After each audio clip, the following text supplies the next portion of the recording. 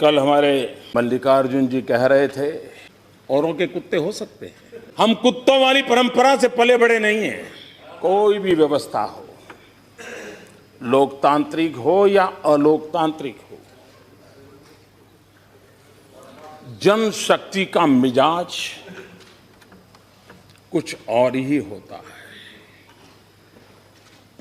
कल हमारे मल्लिकार्जुन जी कह रहे थे कि कांग्रेस की कृपा है कि अब भी लोकतंत्र बचा है और आप प्रधानमंत्री बन पाए। वाह, क्या शेर सुनाया।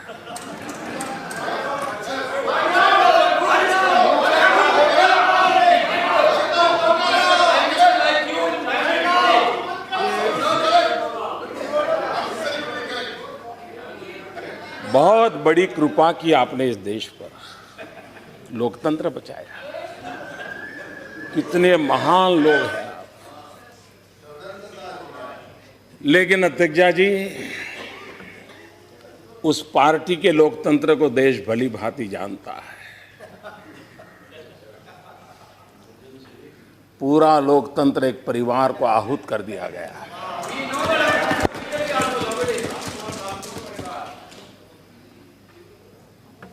और 75 का कालखंड,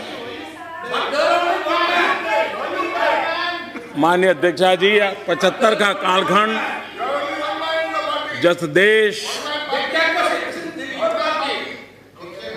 पर आपातकाल थोप दिया गया था, हिंदुस्तान को जेल खाना बना दिया गया था, देश के गणमान्य वरिष्ठ नेता जयप्रकाश बाबू समेत लाखों लोगों को जेल के सलाखों में बंद कर दिया गया था। अखबारों पर ताले लगा दिए गए थे और उन्हें अंदाज नहीं था कि जनशक्ति क्या होती है। लोकतंत्र को कुचलने के ढेर सारे प्रयासों के बावजूद भी इस देश की जनशक्ति का सामर्थ्य था कि लोकतंत्र पुनः प्रस्थापित हुआ। और उस जनशक्ति की ताकत है कि गरीब मां का बेटा भी इस देश का प्रधानमंत्री बन सकता है।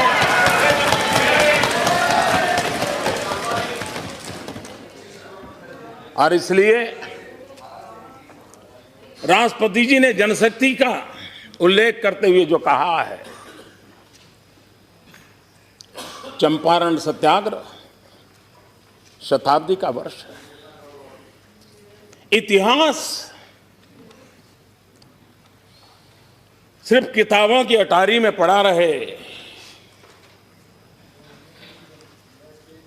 तो समाज जीवन को प्रेरणा नहीं देता है। हर युग में इतिहास को जानने का, इतिहास को जीने का प्रयास आवश्यक होता है। उस समय हम थे या नहीं थे, हमारे कुत्ते भी थे या नहीं थे, औरों के कुत्ते हो सकते हैं।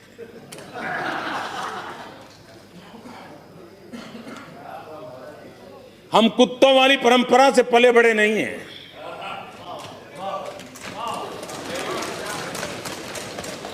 लेकिन देश के कोटि कोटि लोग थे, जब कांग्रेस पार्टी का जन्म भी नहीं हुआ था, 1857 का स्वातंत्र संग्राम इस देश के लोगों ने जान की बाजी लगा करके लड़ा।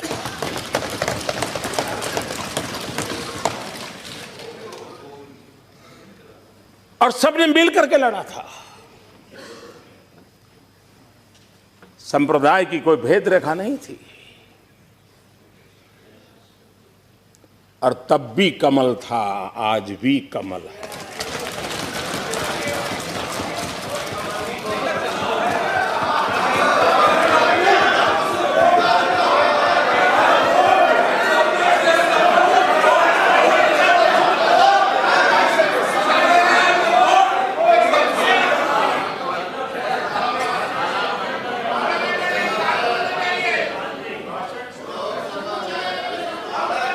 यहां बहुत ऐसे लोग हैं जो मेरी तरह आजादी के बाद पैदा हुए हैं,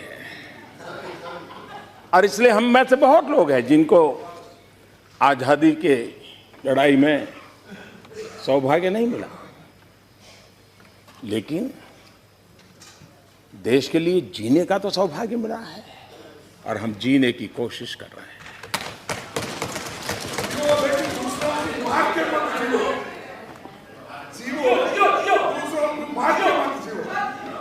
माननीय अध्यक्ष जी,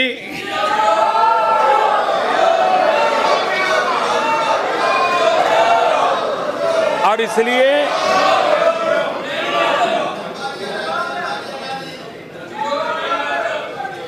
अपार जनशक्ति देश ने दर्शन किए हैं। लाल बहादुर शास्त्री जी, उनकी अपनी गरिमा थी, युद्ध के दिन थे, हर हिंदुस्तानी के दिल में भारत विजय के भाव से भरा हुआ माहौल था। और उस समय जब लाल बहादुर शास्त्री जी ने कहा था, देश ने अन्न त्याग के लिए पहल की थी। सरकार बनने के बाद आज के राजनीतिक वातावरण को हम जानते हैं।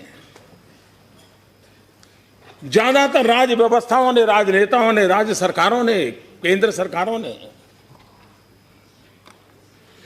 जन सामर्थ्य को करीब करीब पहचानना छोड़ दिया है, और लोकतंत्र के लिए सबसे बड़ा चिंता का विषय भी रहता है। मुझ जैसे एक सामान्य व्यक्ति ने बातों बातों में कह दिया था कि जो अफोर्ड कर सकते हैं वो गैस की सब्सिडी छोड़ दें। जब हम जनता से कट जाते हैं, जनमन से कट जाते हैं, 2014 में हम चुनाव लड़ रहे थे तो एक दल इस मुद्दे पर चुनाव लड़ रहा था कि 9 सिलेंडर देंगे कि 12 सिलेंडर देंगे। हमने आकर के 9 और 12 की चर्चा को कहां ले गए। हमने कहा जो अफोर्ड कर सकते हैं वो सब्सिडी छोड़ सकते हैं क्या? सिर्फ कहा था। इस देश के 1 करोड़ 20 लाख से ज्यादा लोग गैस सब्सिडी छोड़ने के लिए आगे आए। इस सरकार और वहां बैठे हुए लोगों के गर्व का विषय सीमित नहीं है। ये 125 करोड़ देशवासियों की शक्ति का परिचय है। और मैं इस सदन को प्रार्थना करता हूं, राष्ट्रपति जी के उद्बोधन के माध्यम से प्रार्थना करना चाहता हूं, और देश के राजनीतिक जीवन में निर्णायक की अवस्था में बैठे हुए निर्णय प्रक्रिया के भागीदार सबको आह्वान करता हूं कि हम हमारे देश की जनशक्ति को पहचानें, उस सामर्थ्य को पहचानें।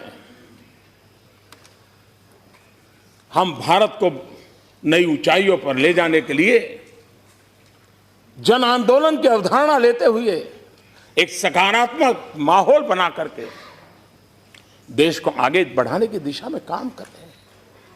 आप देखिए, पहले नहीं मिले, उससे ज्यादा परिणाम मिलेंगे, और उसके कारण अनेक गुना ताकत बढ़ जाएगी, देश की बढ़ने वाली है। इसमें से कोई ऐसा नहीं है कि जो आने वाला कल बुरा देखना चाहता है। इसमें से कोई ऐसा नहीं है जो हिंदुस्तान का बुरा चाहता है। हर कोई चाहता है गरीब का भला हो, हर कोई चाहता है गांव गरीब किसान को कुछ मिले। पहले भी किसी ने प्रयास नहीं किया, ऐसा कहने वालों में से मैं नहीं हूं। मैं इस सदन में बार बार कह चुका हूं, मैं लाल किले पर से बोल चुका हूं कि अब तक जितनी सरकारें आई, जितने प्रधानमंत्री आए, हर किसी का अपना अपना योगदान है। उस तरफ बैठे हुए लोगों से कभी सुनने को मिला नहीं है कि इस देश में कोई चाफेकर बंधु भी हुआ करते थे जिनकी शहादत थी आजादी में। इनके मुंह से सुनने को नहीं मिला है कभी सावरकर जी भी थे जो काला पानी की सजा भुगत रहे थे, तब देश आजाद हुआ है। उनके मुंह से कभी सुनने को नहीं मिल रहा है कोई भगत सिंह चंद्रशेखर आजाद भी थे कि जिन्होंने देश के लिए बलि चढ़ाया था। उनको तो लगता है कि आजादी सिर्फ एक परिवार ने दिलवाई है, समस्या की जड़ वहां है मेरा।